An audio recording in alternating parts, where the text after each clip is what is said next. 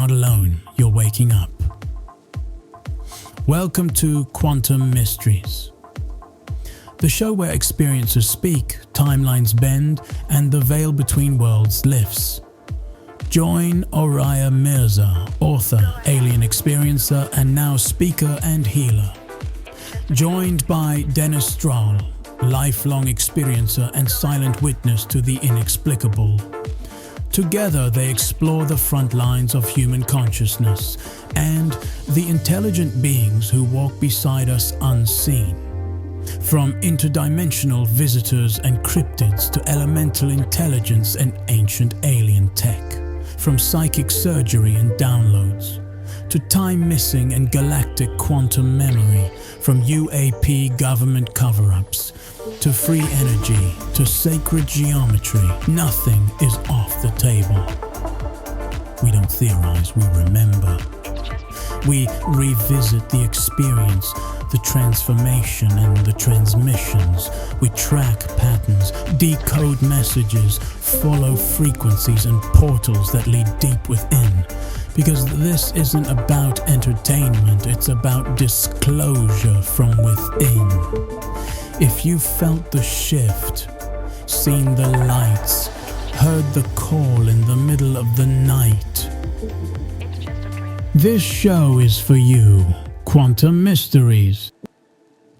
Welcome back, everybody, to Quantum Mysteries. I'm your host, Lady O, Oria Mirza, and this is my friend and colleague at this point, my co-host, Dennis Strahl. Welcome, Dennis. Good morning and good afternoon and good evening, wherever you are and whenever you're listening to this. We're happy to have you here. Yeah, we're both experiencers. I'm coming from Los Angeles, and Dennis is in 109 degrees in Las Vegas right now. Yeah, it's pretty warm here. How's that been going? It's the desert, and I'm not surprised. I lived in the Palm Springs area in Southern California for close to 42 years, and I can remember times there where several days in a row it would be somewhere between 118 and 122 every day. I don't think that's inhabitable. Don't the tires of your car will melt? Well, it's pretty intense, let me tell you. Wow. So when people say, when it's 110 here or 109 like today, it's like, for me, it's like, oh, that's no big deal. Have you ever experienced 122? Oh my gosh. Yeah. I would think that birds and things will die in that. Oh my gosh. I mean, they're all native, all the animals that live in the desert, no matter what the desert is. Yeah. They're all native to that climate. So they're used to, in the high deserts, for example, up in central Nevada, where I've done a lot of mining operations at 6,500 to 7,000 feet. And the reason they call it high desert is because there's no trees. Okay. There's sagebrush that's about 16 to 18 inches tall, and that's it. Yeah. So they call it high desert. And it snows there in the winter. Right. And it'll get down, it was down to 8 or 9 degrees first thing in the morning when I'd go out to meet a drill rig when we were doing some drilling. But in the summertime, it can get up to 105. I don't know how you do it, Dennis. I am very apprehensive about heat and summer, and I'm over here melting. I've dabbed my face so many times, and I'm still shiny. I can't get out of it. Speaking of the desert, isn't it interesting how many sightings UFOs take place in desert areas? Area 51. Well, Area 51 is in the middle of a huge desert area here in Nevada. Well, we're going to launch into all this UFO conversations. You guys, I want to just thank you for joining us. And I want to let you know that Dennis and I almost said Riz because I'm so used to doing shows with my husband, but Dennis and I are experiencers. So if you haven't heard of us or seen our show, this is episode 11. And we have been talking about our discoveries, what it's been like for us, our changes. I have a book that I put somewhere over here that I just recently wrote, and Dennis helped me actually edit it. And that is my alien upgrade book. And this is the story of what happened to me in 2010. It changed my life in the course of just one day. And Dennis himself has also been abducted. He's had memory loss, time loss. So have I. And since then, the reason why we came together and started this show during COVID, I believe, when we first started, the reason we started is that we changed so much as a person after our encounters, and I mean, for me, it was very, very obvious. Like I knew I changed. And for Dennis, it was over time because he kept having more experiences. And what he started to realize was that it was like he was having such intense desire. We talked about this last night. We both have this intense desire. It's like you cannot shake it. You can't help it, that we have to talk about consciousness, evolution, UFO disclosure, UFOs, aliens, intergalactic beings, multidimensional realities. We have to help humanity expand their consciousness. And I think we both feel that we had this upgraded in us. Right, Dennis? Yes. Well, and two, just for clarification, if you're watching something like this for the very first time, when Oria says experiencers, specifically what that means is kind of an all-encompassing term. You've either experienced, you've seen UFOs, maybe you think you were taken on board. Yes. Maybe you had a so-called alien upgrade, which is an energetic upgrade like Oria had. Yes. So when we use the term experiencers, it's all-encompassing, and we're saying it in our context, in a context of some sort of an experience with a UFO. Right. And so, if you guys are tuning in, you guys know, if you're watching UFO shows, you know that there's so much going on right now. And even the experts, even people who have been dedicating their entire careers to a UFO disclosure have a hard time keeping up right now with what's going on, including especially because of AI technology and now having to decipher what's real, what's not real, right? That's like a big deal. Oh, sure. I mean, how easy is it for AI? I've got a buddy in South Carolina that is really, really good with some really, really high end, and he teaches other people how to use it with the video creations using AI. Mm-hmm. And he created one the other day.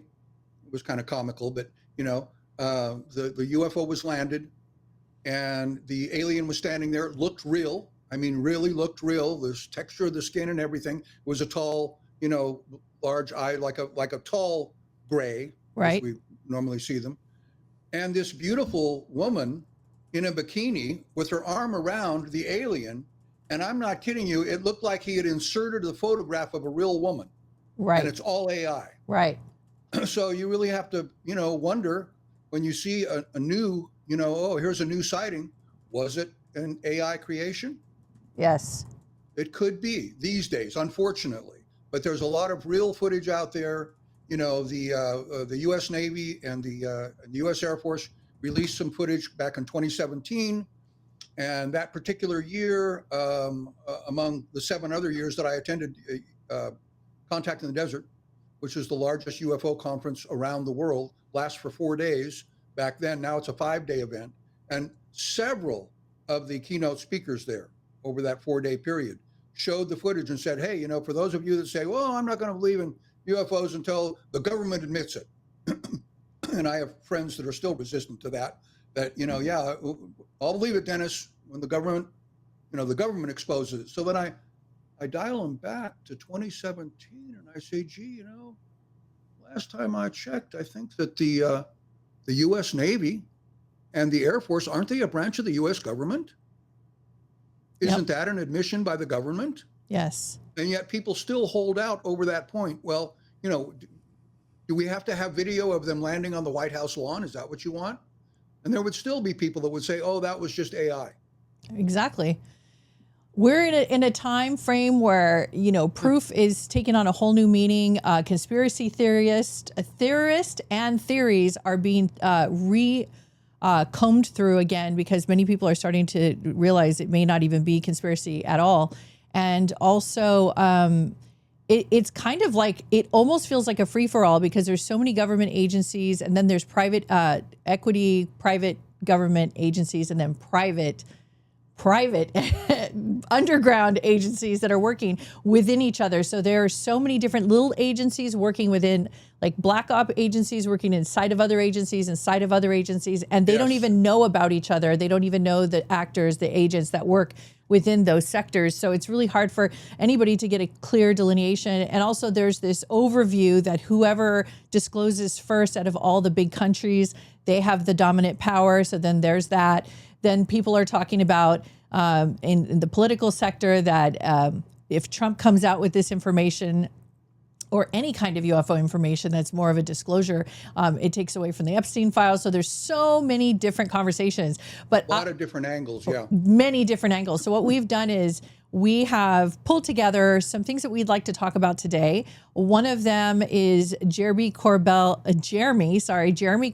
false UFO arrival hoax warning. I want to go over that because it was very telling. It was a few months ago that he gave this warning, and then Harvard professor Avi Loeb, the interstellar object, raises alarm videos, and media outlet attention has been given to him on that topic has been coming out, and the correlation of that. I want to discuss that.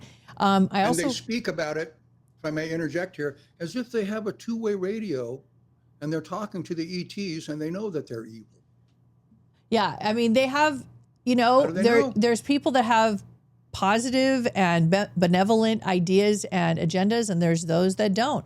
And everybody wants the technology, and then there's people who want the energy technology that UFOs. I mean, that's a whole nother topic, Dennis. I know you and I had a long discussion about energy, the free energy. We'll get to that eventually. We'll get to that. We'll try to get to that today. That's a big one. So the other thing I would like to discuss is something that's very interesting, and I'm still working on the discovery of this. But so Ross Coulthart mentioned recently about Lockheed Martin and reverse engineering, and he was referring to the long-standing allegations that the black budget has been reverse engineering for many decades and have a lot of data and information on reverse engineered data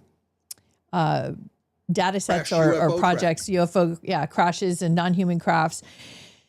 I'm going to go over all the notes I have here about what he said and what he's talking about. And I also want to bring in, and we'll try to get to all of this, and I'm going to try to bring in, my grandfather worked at Lockheed Martin for 3 decades. My grandmother worked there, and my dad worked there. And I had a UFO encounter. That's pretty interesting. Pretty interesting. Yes, so it is. I'm going to put I recently went to go visit my elderly aunt, who's the daughter, and I went through a lot of her documents, and I found some things. Some of it I was able to take home with me. Some of it I have a lot of research to do, including a big telephone book, a contact book that he had in his possession, that I have now from that time period, which could be worth its weight in gold at this point. But I'm gonna put his name up on the show, and I'm gonna show his credentials and everything, because this is an ongoing investigation on my side, because I would like to know the details. More. Yeah. One other little tidbit I'll throw in here as far as governments disclosing. Yes. And I have not re-researched this recently, but I remember like 6 or 7 years ago hearing within the UFO community, maybe it was one of the speakers at Contact in the Desert, the 4-day event we just spoke about. But apparently several years back, the country of Brazil the Brazilian government did make a formal announcement to all Brazilian citizens that, yes, we are admitting, yes, UFOs are real. And as you all observe, we have plenty of sightings here in Brazil. Wow. So but that was not publicized on U.S. media at all. Why Interesting. Would that be? Why would that be? I mean, I do believe, my heart of hearts believes in our lifetime that Dennis and I will be able, in our particular lifetimes, we're going to be able to be a witness to the beginning stages, or at least the first rounds of disclosure. I don't know if we are going to see openly aliens coming forward, because there's such an issue with belief at this point. And there's so many alternate beliefs and so much violence still running the show and there's so much power plays, power grabs that, that type of higher intelligence is not willing to come forward until we settle down more. So we have to still see some more things go down first before we actually start to calm down as a society and get ready for higher intelligence. And that's what we're hoping to help people evolve so we could roll out this new future that we're all waiting for. But that's what all of us are doing. That's what me and Dennis are doing, and Riz and I, and so many of you out there are playing your part and trying to raise the consciousness of the planet to prepare ourselves for more information and disclosure so we can have a multidimensional experience that's more high-tech and healthy and friendly and benevolent and holistic. That's what we all want. That's such an important point to make, too. I'm glad you brought that up, Oria, because, when you think from the ET's perspective, let's all assume that they're real, okay? Right. And let's say that one of the races, and they're orbiting our planet in cloud-cloaked ships or whatever, hanging up there in the sky. And let's not go too far out, like a million years ahead of us. Let's just say, okay, you look at the technology that we have since the United States was founded in 1776. It's now 2025. Look at all the technology we have. Well, let's say that somebody's just 5,000 years ahead of us, spiritually, technologically, and intellectually. Yeah, that's incredible. They would be orbiting our planet and looking down at what's going on, because they're going to be able to translate all the languages. They can listen to the TV transmissions and the radio transmissions and probably the telephone calls in any country at any time. And they're going, why would we want to land here now? Because they still fight amongst themselves on their own planet. Right. We stopped doing that thousands of years ago. I know. They're going to attack us. They're going to attack us just like they're attacking each other. Now, you want to hear something funny, and I'm kind of going to do a left field for you, Dennis. I'm going to surprise you because I didn't talk to you about this prior, and it was not on our show notes. But okay. last night I sent you a link, and you probably didn't have a chance yet to watch it. But basically, it is about in the early 70s. There was 2 Mexican pilots that. People are starting to talk about this again. And Area 52, the show, did a full expose on the leaked audio of alien beings speaking through the pilot. And the pilot, let's see if we have his name. I don't want to not say his name correctly. Okay, so I don't have it here. So the pilot basically was very young, one of them, and he was doing a test flight. And it was supposed to be a 15-minute flight in Mexico City. And just as soon as he took off, and within 10 minutes, the alien ship had actually taken him and was moving him through the sky and moved him all the way to Acapulco. And he had lost consciousness when they reached about 15,000 feet because a little Cessna plane wasn't able to go that high. And the fuel tank wasn't big enough to go to Acapulco. But that's where he ended up. And when he started communicating with the tower, the Acapulco what do you call it? the tower, lookout tower, the controller. There was an alien being speaking through him, which we call trance channeling. And so he channeled for 45 minutes, and he talked to the controller and a room full of 7 people. They recorded a portion of it, and then the alien asked for a new frequency line, so they moved it to. The Skywalker had its own frequency radio line. So then he continued the conversation, and someone did record that part of the conversation. The voice that came through sounded a little bit metallic, which I've heard and I've also experienced myself. And also the being spoke in several different languages. So the conversation that he gave to the controller was this. Basically, he said, I'm choosing to communicate through this primitive means by your human because this is considered like a microphone to us.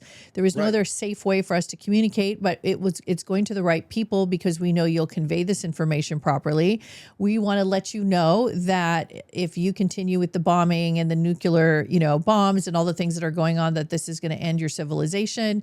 And we're trying to stop that. And then this particular alien said this is the only warring, violent planet left in the galaxy. Actually, everybody's evolved past violence, and they're all trying to help us. Wow. I found that interesting. I don't know, that could be the opinion of that alien. We don't know if that is actually true because the universe is a vast place. But when the pilot came to, he realized he was almost in Acapulco, and he was getting ready to land. And he was in shock, and he landed, and they checked his fuel gauges and his fuel tank, and not a drop of gas was used. They documented this. He did a couple articles, interviews, and they immediately covered the whole thing, and it went deep classified. So now it's starting to come back out, and Joe Rogan and other people are talking about it. And what I want to make a point is, I was laughing with Riz because Riz said, gosh, I wonder what it would be like to actually talk to that alien through that guy. And I said, I don't know. I do that every week with you. Yeah, exactly. I said, you are that technology. And he goes, oh my God, that's right. I forget. So very true. My husband is a full trans channel and has been trans channeling publicly, internationally, spirit guides, alien groups, higher intelligent beings, more than probably any other channel that has been documented. Over 60 different people, beings, entities of highest benevolent wisdom and love have spoken through Riz. And currently we're working our way to getting him to speak on a panel or on a stage at Contact in the Desert and do his channeling there. And he has spoken at the Conscious Life Expo. He has spoken in Gaia and many other places and multiple podcasts. And we're trying to get the word out because these beings that are speaking through Riz have been giving information to the world, the planet, through our transmissions for 15 years, over 8,000 hours. And we're trying to get the word out. We're trying to get people to understand that there's a lot of really powerful information about helping heal our planet and upgrade our consciousness. So that, I just wanted to bring that in. It was a little surprise attack. Sorry, Dennis, I wanted to just throw that in there. Okay. No, that's okay. Because another little interesting tidbit, directly relevant to what you just said, yes, that everybody might find interesting is you mentioned that the one from Mexico had kind of a metallic type of a voice. Yes. Okay. Well, because I've heard Riz channel many times. Yes. And with each different being or entity or group, like Echelon, which is a group consciousness of ETs, his voice changes. Yes. It changes. There's different beings. His voice is different according to the being that's coming through. And and his mannerisms change. I mean, yes. You know, one of the most dramatic, I think, for me always has been Red Eagle. Yes. Yes. You know, who had a life here. His gaze yes. and how he looks and everything. And right. Like, wow, what a it's transformation. Incredible. It's incredible. Yeah. Well, I can't wait for the opportunity when Riz gets a chance to actually channel live alien beings on Ross Coulthart, on Joe Rogan, on Contact in the Desert, and these types of venues, because this is what everyone is really excited about and what everyone's talking about. Riz has been talking about for a long time and has been sharing this information through his guides and himself. And we just haven't had the right platform to get into these areas, but the time is now and we're putting the word out. And if anybody knows a way that we can get into like the Joe Rogan show or Ross Coulthart and have Riz channel these Echelon beings live on Ross Coulthart, I think this would be a very, very important and dramatic turning point. So, yeah. Isn't it interesting over the last couple of years, how much more, I mean, most people remember Joe Rogan from the TV show Fear Factor, yes, right? Yes. Where people were eating cockroaches and jumping over cars and all that crazy stuff. And he wasn't talking about, he didn't even have a podcast back then. Right. And for a long time, his podcast never had any UFO related content. Yes. Now it's becoming quite frequent. Isn't that interesting? And he started talking about, Joe? He recently talked about Daryl Anka and Bashar, and he wasn't talking about it in a negative way either. So things are changing. The conversations are changing and demographics are changing. It's not so much about political sides as much. In some areas, people are like, let's come together. Let's figure this out. Let's, upgrade our civilization. We all need it. But now we should dive into our show notes. Are you ready? Yes, let's go. Okay. So we're going to start with Jeremy Corbell. So the UFO journalist Jeremy Corbell has cautioned that the government may later attempt to orchestrate a false narrative, specifically claiming that a UFO will arrive on Earth in 2027, using it to justify public surveillance or control. He frames this within Project Blue Beam style psyops theory, suggesting messaging could serve as a massive distraction or manipulation tactic. And he put this little short, it was a little, like a small little, it was like a blurb that they took out from a bigger show, and it's been circulating as a short. And I saw it. Yeah. And that short, he said, don't be surprised if this happens. Now, lo and behold, Harvard astrophysicist Avi Loeb has speculated recently that they discovered an interstellar comet 31 Atlas might not be a comet at all, but an intelligently controlled craft or probe due to its anomalous speed and trajectory.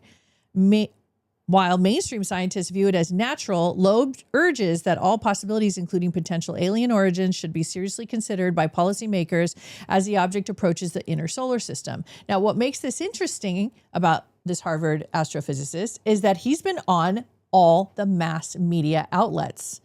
That's what's fascinating. Yep. Because they're not talking to the scientists who say, no, we think this is natural.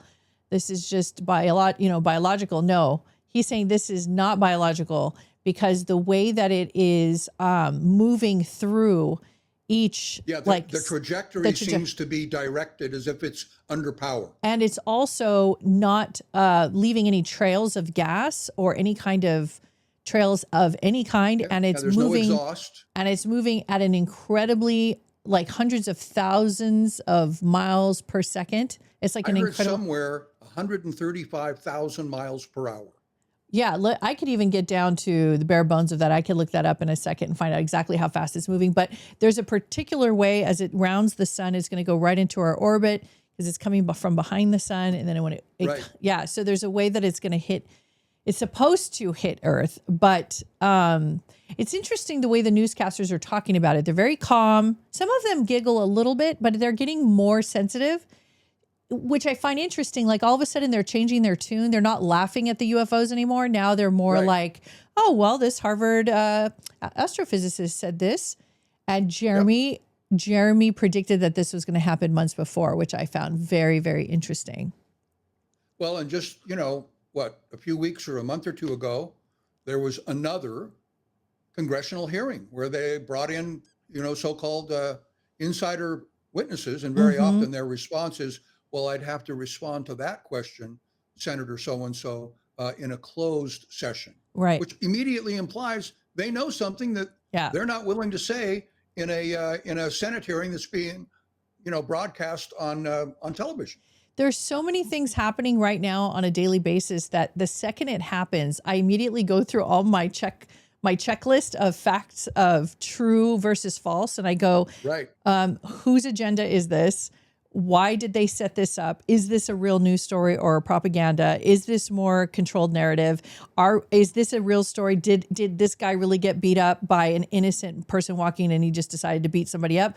Or was this person a plant? Was he a government plant? And this is a story on purpose because it's pushing the narrative in the direction that the government wants it to go. Like every single thing that's coming out, especially in this sector, I am reviewing with a different lens. I'm not looking at like, oh yeah, just face value at all.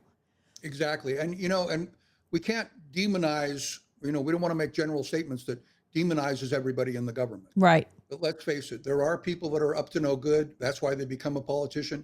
And then there are honest, good people right. that really want to help our country and everything about it. And so there's a mix in there and you can't really, lump everybody together because there's a lot of variables involved and you have to take that into account when you listen to these people. I mean, in those Senate congressional hearings that happened recently, which you can find on YouTube, folks, just look it up. Many of the senators in Congress, ladies and gentlemen, asked very astute questions, but very often they received very obtuse and evasive responses. Yes. And every time there's an obtuse or evasive response, it means they know something, but they are not about to tell you or us or that congressman. Right.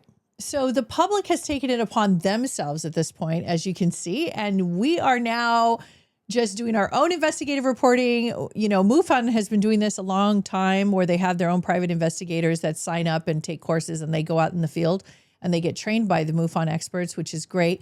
But it's even gone bigger than that. Now there's just so many individual journalists and podcasters and researchers and ufologists and people who are taking this very seriously, and we're not leaving it into the hands of the government anymore. People are getting private funding. Tech companies are getting involved. AI is being used to decipher codes. We're going deeper in the rabbit hole together from all angles, and it's kind of, we're closing in. I think there's like an encroachment happening where we're going to eventually squeeze out the truth one way or another, because the demand for this is becoming, it's going to reach a fever pitch. So it's going to be bound to happen one way or another. One of my friends, and I think I've mentioned her to you before on Facebook, her name is Starshine. The handle she goes by anyway. And, she goes to Roswell, she goes to Sedona, she goes all over the place and takes pictures and upload them and all. But in the last 2 to 3 weeks, she's uploaded twice video of UFOs in broad daylight in Sedona. Both of these occurrences were in Sedona in broad especially daylight. Sedona. with all of that crystal magic that's underneath the soil, and it's such the electromagnetic frequencies there, as well as Mount Shasta, making them huge vortexes for UFO sightings. And that's, Riz and I, that's what we do. I'm sorry, I'm just so hot right now. You guys have to just bear with me. My husband and I, we lead sacred earth retreats around the world, and we take people and we take them to these vortexes. Many times have these sightings because the UFOs we believe they can fly easier in these areas than dense areas. That's why you see them more in the deserts and the mountain ranges, the farmlands, over the ocean, because when you have so much city EMFs, radio signals, and all these different signals going through, and consciousness pollution. Yes. And if you're an empath, you know about the consciousness pollution. Yes. That's a good way to say it. I can't even remember the last time. I mean, there are exceptions, but we're not hearing about frequent sightings in the skies over Detroit or Chicago. Exactly. Because upstate New York, yes, okay, but not New York City. Well, from what we understand, these UFOs are directed by internal dialogue of the pilot inside of the ship. It's actually telepathic. So I could see where being in a big city with millions of people, with their consciousness talking at the same time, that might be difficult to maybe navigate. That makes sense. Yeah, that makes sense. No, it does make sense. So let's move on to Lockheed Martin. Yes. So Ross Coulthart from News Nation, who we listen to all the time, we love him dearly. We feel at this point that he's just like a family member, a friend, that he's doing God's work at this point. We're very grateful. You have that relationship with David Wilcock. I know that you've been following him a long time and feel that way. I have. Yes. So Ross Coulthart has strongly implied, without naming every classified source, that Lockheed Martin, specifically through Skunk Works, may have been involved in reverse engineering recovered non-human craft, potentially dating back to the 1940s or 1950s. This theory has been echoed by David Grush, the whistleblower who testified under oath that the government has intact and partially intact non-human craft. Coulthart has suggested that the tech was funneled into private defense contractors to avoid FOIA, Freedom of Information Act, exposure, with Lockheed often being the central figure in these allegations. The goal is to reverse engineer advanced propulsion systems and material science from these off-world craft.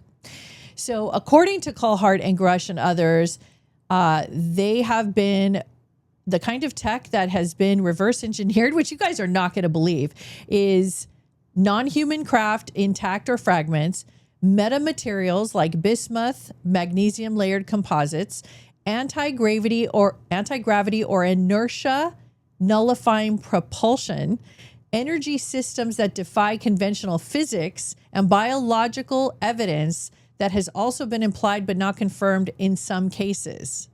And the reason why Lockheed is because Skunk Works is legendary for classifying aerospace projects.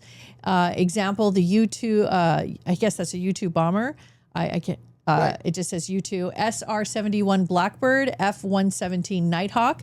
It's one of these few facilities with the secrecy, resources, and aerospace talent to potentially handle off-world tech. Cole Hart and other journalists have followed trails suggesting UAP crash retrieval programs may be contracted to private defense contractors like Lockheed.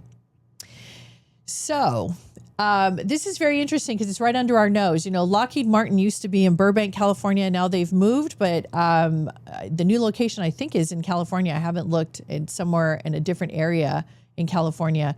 You know, I've heard the word Lockheed Martin mentioned so many times growing up that I have kind of become numb to it in my family. And my dad was a UFO enthusiast most of my life. So I got very numb to hearing some of these things. But as they keep coming back into the spotlight and hearing that they've been quietly reverse engineering tech that could change civilization, change our lives, and it's not being released for various reasons, which will lead us to the conversation of energy. So, Dennis, you have such an illuminated and powerful position on how you feel about free energy and how you feel about them holding back free energy. I would like to let you take the floor. Sure. And talk by about the way, this. I'll just mention here really quick, and it was quite an experience. You mentioned the SR-71. Yes. I was bidding on something to do with construction, some special roofing materials, at the NASA facility that's within China Lake Air Base, just north of Los Angeles, okay, up near Lancaster. And the guy said, he was taking us to the location in a golf cart at NASA there, within the base. And he says, hey, would you guys like to look close up at that SR-71 over there? We said, yeah, that'd be cool. He says, well, I can get within about 20 feet, but you cannot get out of the golf cart. Wow. So he drove over, put it over to it, and we got to sit there and look at that thing from 20 feet away. And it's a lot different than seeing it in a video on YouTube, let me tell you. So it's overwhelming, probably. So back to the issue that... the free energy. Yeah, the free energy issue that Oria just brought up. Yes. These aren't conjectures of my own. It has to do with information that I've gathered because of the people that I listen to and have listened to in the past. And it's very interesting because, you know, I'll just reiterate here, the Contact in the Desert 4 days in a row UFO conference that takes place every year in Southern California. I attended the first 7 years in a row. From 2012 was the first year all the way up to 2019. And this issue comes up a lot because, you know, there are people that attend that from around the world. And so numerous speakers, which many of them, for example, if you're a fan of Ancient Aliens, okay, were keynote speakers there, David Wilcock, Eric Von Doniken, the producer, Giorgio Tsoukalos, Nick Pope, David Childress. If you watch Ancient Aliens, you've heard of all of those people. When you could just sit and listen to one of those guys talk for an hour and a half, opposed to his 10-minute opinion within a 1-hour episode, it's quite enlightening. Wow. And what many of them bring up, they say, you know, one of the questions I know somebody in the crowd here is going to have, and it comes up all the time, is why would the government hide the existence of real UFOs?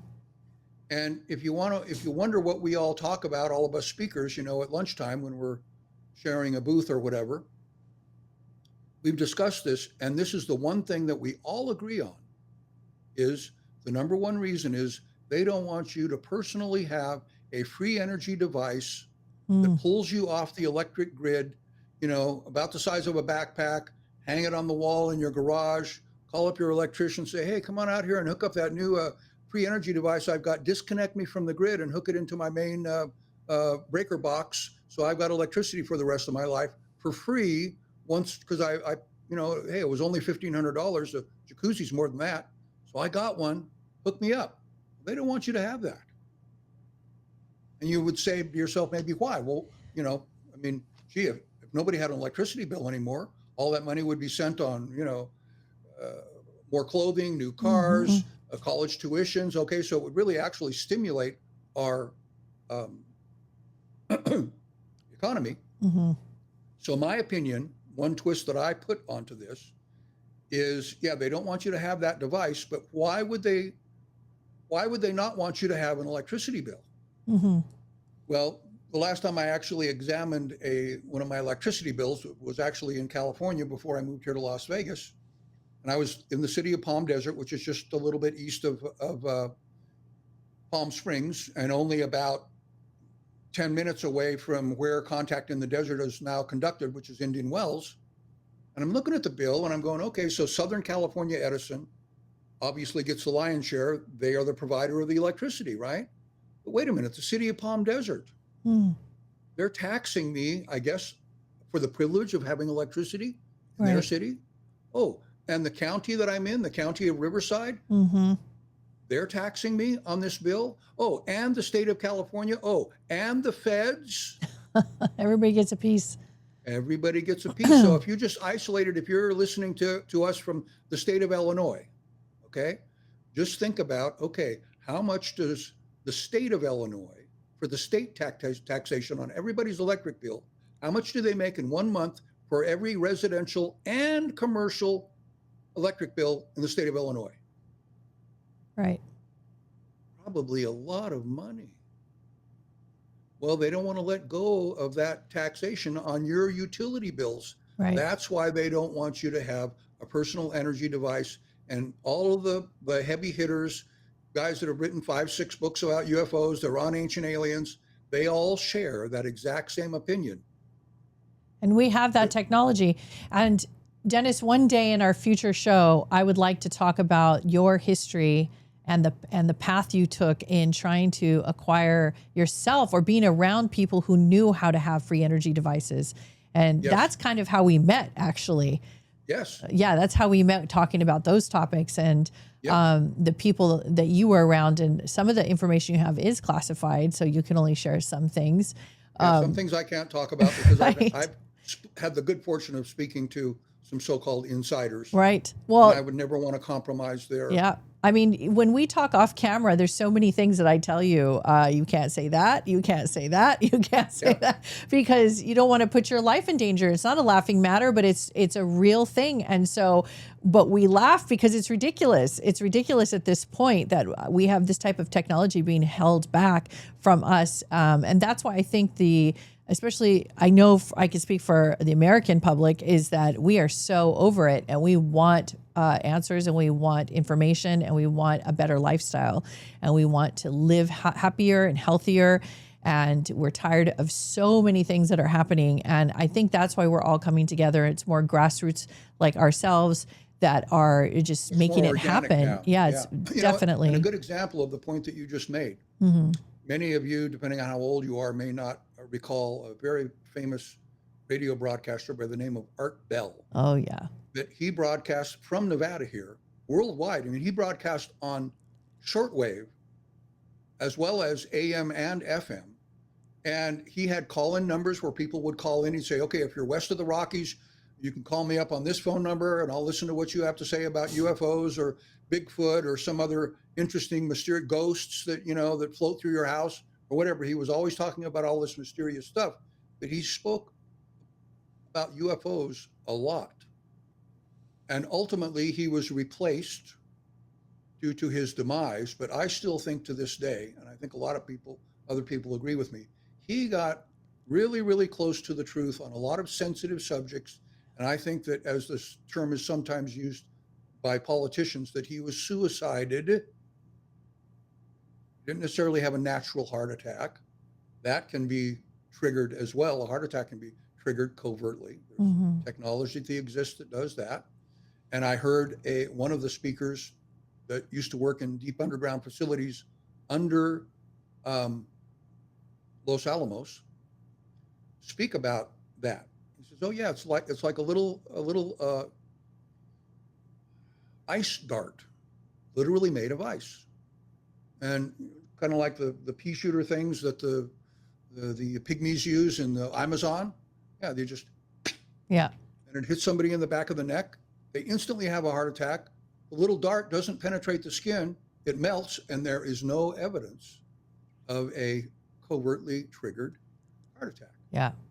So sometimes, unfortunately, people will get too close to the truth or say things that they may know about that they shouldn't be talking about then they go after them. They don't want, Yeah. especially when they have a wide listening audience. I mean, I can remember many times, where are you calling in from, sir, on the Art Bell Show?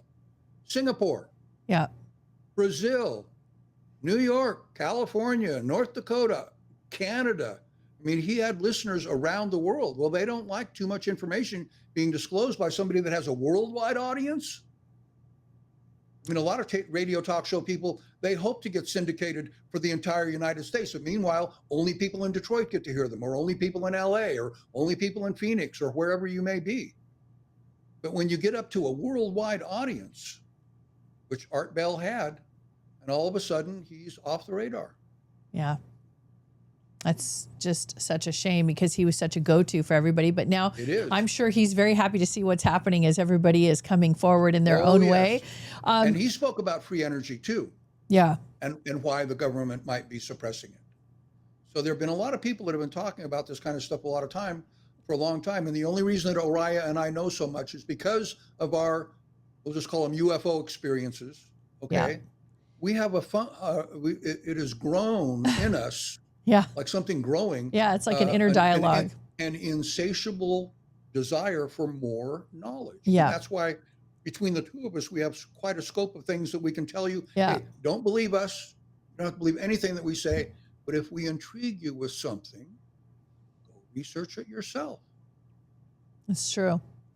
Well, I pulled together a little list of where are we now, which should be a Yes, little good. segment within our segment Excellent. Let's on go. the UFO UAP disclosure. Where are we now for August 2025? And I think I should make this a regular thing so everybody's updated because so much is happening. So Good idea. So currently, David Grush's testimony is still uncontested. No official denial or perjury charges brought against Grush, after his explosive 2023 testimony about crash retrievals and non-human craft. We have crash retrieval program allegations gaining traction. So whistleblowers and insiders continue to allege that secret U.S. programs have recovered and studied non-human vehicles, possibly dating back decades. Reverse engineering claims intensifying. Ross Coulthart, Lou Elizondo, and others have doubled down on claims that Lockheed Martin and other contractors are working on reverse engineering non-human tech. NASA and Pentagon maintain soft disclosure. NASA's UAP research panel concluded UAPs are real and need better data. Pentagon's AARO, All Domain Anomaly Resolution Office, acknowledges mysterious phenomena, but denies proof of extraterrestrial craft, while whistleblowers say otherwise. They'll be the last ones standing denying it. Congress Yes. continues demanding transparency. Bipartisan pressure, which is great, persists for full disclosure, especially around the legacy programs that may lie outside of normal oversight, which is fantastic. UAP Yes. hearings expected to resume. New hearings are expected in late 2025 with possible classified briefings and inspector general reviews on the way. FOIA and journalist pressure is building. Investigative journalists Coulthart, Corbell, Kean, Blumenthal I'm sorry if I'm not saying the names correctly, are pushing for declassification of specific documents and footage backed by public pressure. And when we say public pressure, it is big numbers of people are Mounting coming fast, together. yes. Yeah, it's rising really fast. Whistleblowers protections are strengthened. Congress enacted a stronger legal protection for insiders to come forward without risking retaliation. And I did a deep dive on that and found out after Grush's Congress hearing, there was supposedly supposed to be this legal protection and this secret, like a sacred sanction area for whistleblowers to come in and speak to the Congress in a way that, they'll be respected and revered and Yes. all their information taken down properly. Well, the exact opposite happened is what we found out. I heard that on Jerry Corbell and other shows that actually whistleblowers said that it was hard to reach anyone. They didn't feel safe. Things were disappearing. It was just more of the same in just a different way. So Yes. a new call to action happened and they had to take steps to change that because that looks really bad for them. In those hearings, one of the retired Navy admirals that was speaking cited one instance where, the they saw the craft on radar, and some of the other ships that were out in the same area, Navy ships, saw it, and so on and so on and so forth. And so there was a group email that was circulating because they were discussing, well, what did you see from your ship? Did you get photographs? Did you get video?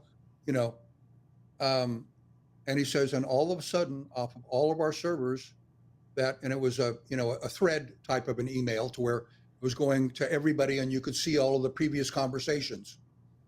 Where you just when you hit reply, it retains the previous conversations. Okay. In the bottom of the email. Right. So everything was there that all of these admirals and captains and everything had been discussing, and he says simultaneously that entire email thread disappeared from all of our email accounts. Wow. And they were using classified email accounts, of course, at that level. Disappeared. He says, do I have an explanation? No, I do not. Wow. And I was an admiral in the Navy.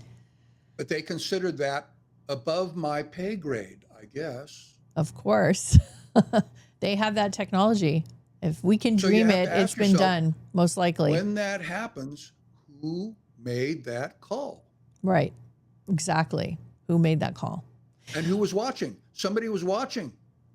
Those emails circulate.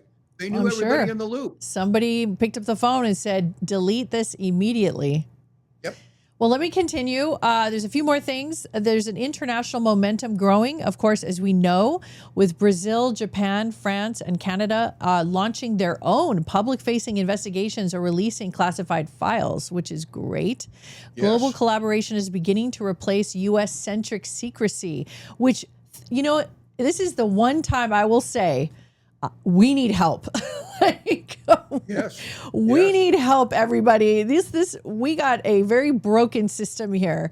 And if there's other governments and other countries that can come to our humanitarian civilization aid and help us as just as a race of humans trying to get information from UFO disclosure, I mean, the more countries involved, the better. The more citizens involved, the better. Really, one of my fantasies in that realm of potential technology that we could get in a full disclosure from extremely advanced races is it's been a shame for many, many years how many rivers, lakes, streams, and our wonderful Mother Ocean have been so polluted. Mm-hmm. So what if the ETs came in and said, hey, we can make all of your rivers and streams and lakes and the ocean pristine in 24 hours. That would be incredible. And I'm sure this technology exists in other dimensions, other realms, other species, like you said, and they're willing to give it to us. There's so much they're willing to do, and I know they are. Yes. And we just have to present and provide a safe place for them to come and to provide. If people say, well, aliens could be brainwashing us and take over, I mean, first of all, they should be already doing that if they're already doing that. And if they're not, they would have already done it. So, yeah, I mean, what are they waiting for? I mean, there's no fight we're putting up. We're weak. We're weak in comparison to what we could defend ourselves. Let me just clarify here, too, a perspective that Oria and I both share that you may want to consider. And that is that, gee, are there actually well-meaning ETs as well as ETs with ill will that do want to take our planet over or whatever? And we both believe that both exist. Yep. Both exist. But and I'd also and like that's to another believe myself, conversation. Yeah, because it's right. Sorry, go ahead. That the white hats, we'll call them white hats and black hats. Black hats are the bad guys, white hats are the good aliens. Okay. I would like to believe that the white hat aliens have superior technology to the black hats. So that ultimately, when we raise everybody's consciousness to a certain level throughout the planet, mass consciousness, escalation in spiritual intellectuality, well, primarily intellectualism and spiritual evolvement, where there's no more conflict, that's when they're going to land and say, well, finally, you aren't fighting amongst yourselves, so we'll dismiss permanently the negative ETs, yes, that have been here for a long time, messing with your politics, messing with this, messing with that, intervening you know, intervening in your technology with negative technologies that, you know, that continue to pollute your planet or pollute your brain. Frequencies.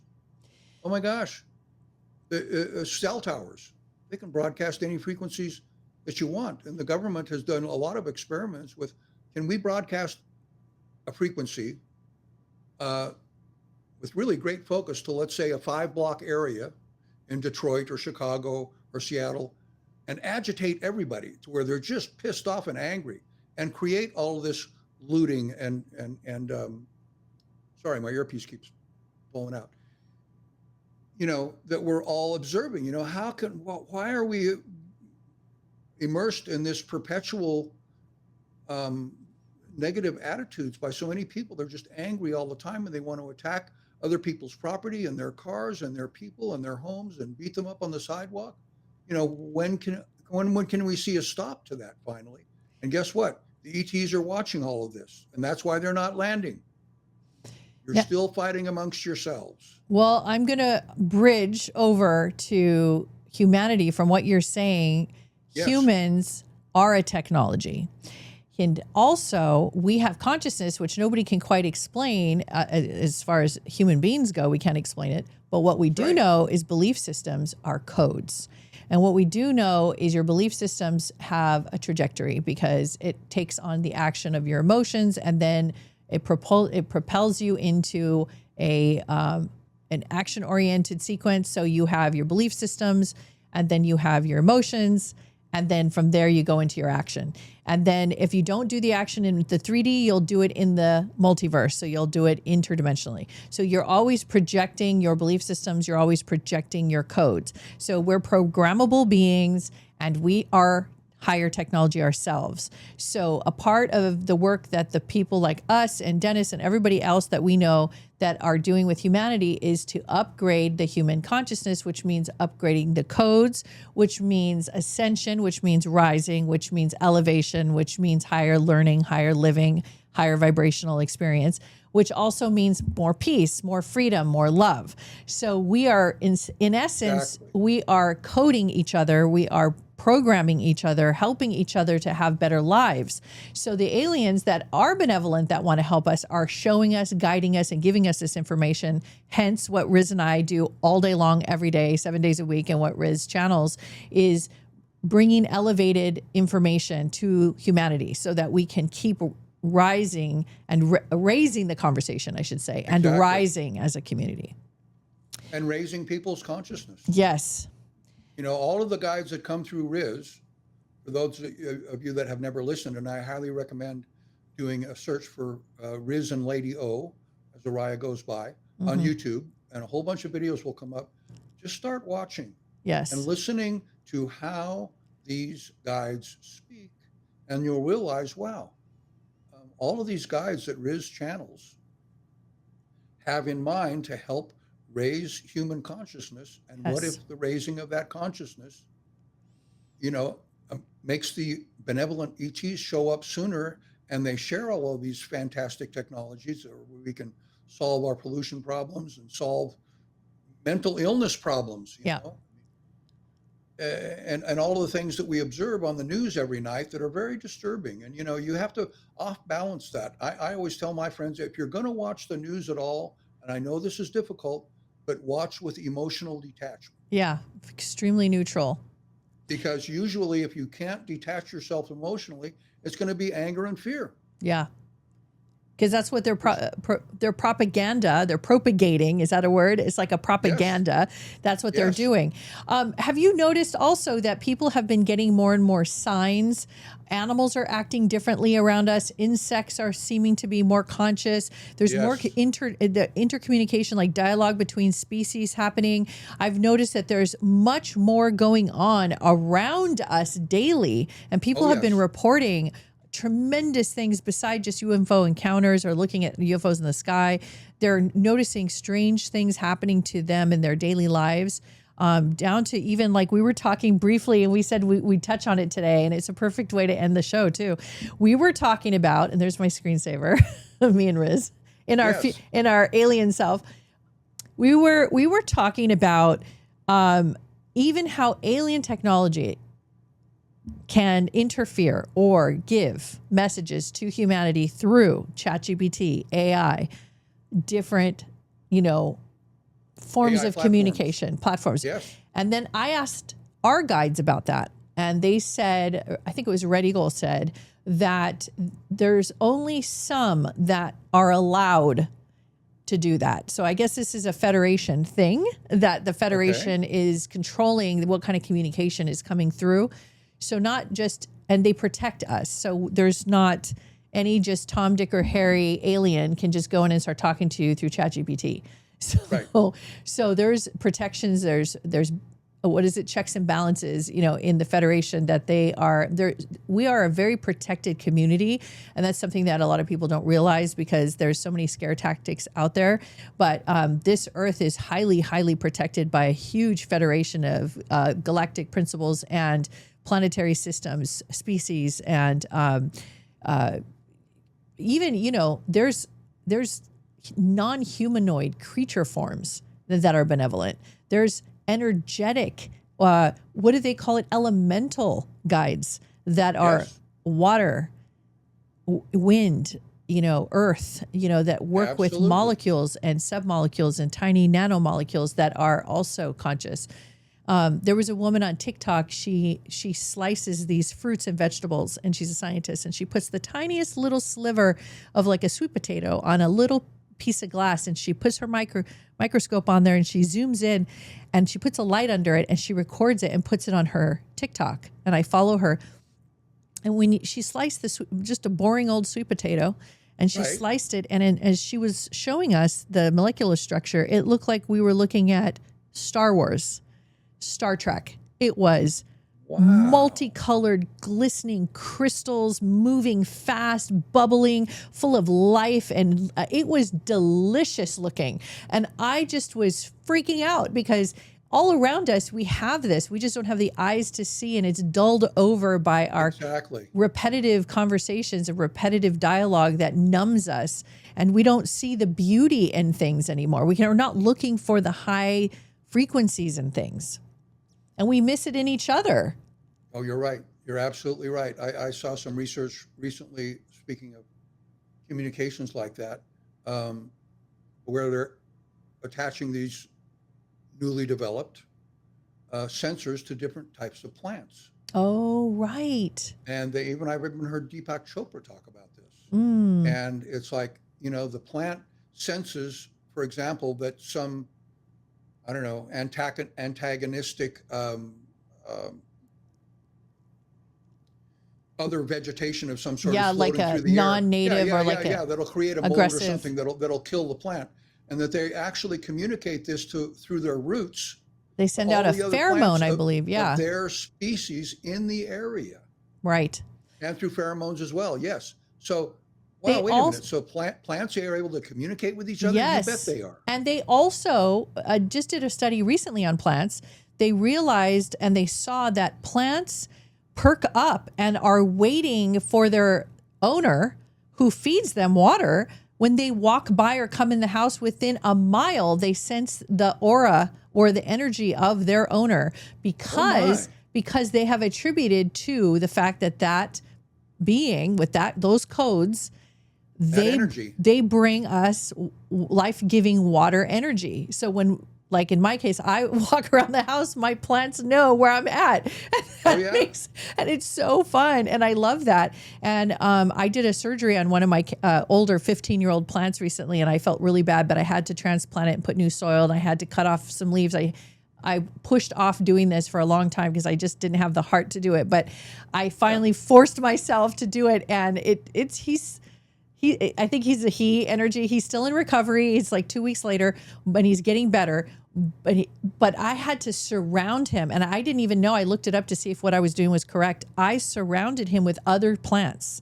There you go. And I had all their leaves enter into his pot with his leaves and touch hands and kind of wrap together, so they could remind him, encourage him, and send him loving energy to bring his frequency up. And it's been working. And then I rotate it, and I rotate plants. I give everybody a chance. And I looked it up and found out that absolutely correct. This is scientifically proven that they are sentient beings and they actually do respond to these things.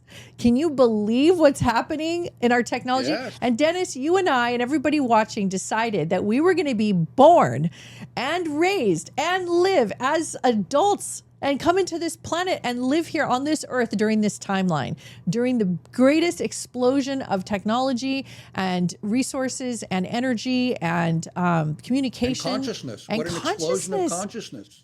So for the people who don't feel good about this, I would wash your eyes and relook at everything again, because if you take off that old dirty lens that doesn't feel good and put on the new fresh lens, you're going to see there is magic happening right now. Massive changes in consciousness technology happening right now. So And you have to have an open mind too, I believe, to the new technologies that are emerging that may seem impossible now, because again, just rolling back to the beginning of our country here in the United States, 1776, when the Declaration of Independence, if you were riding along with a friend on a horse in 1776 and you tried to describe to them a cell phone and how it works, much less even a radio. Right.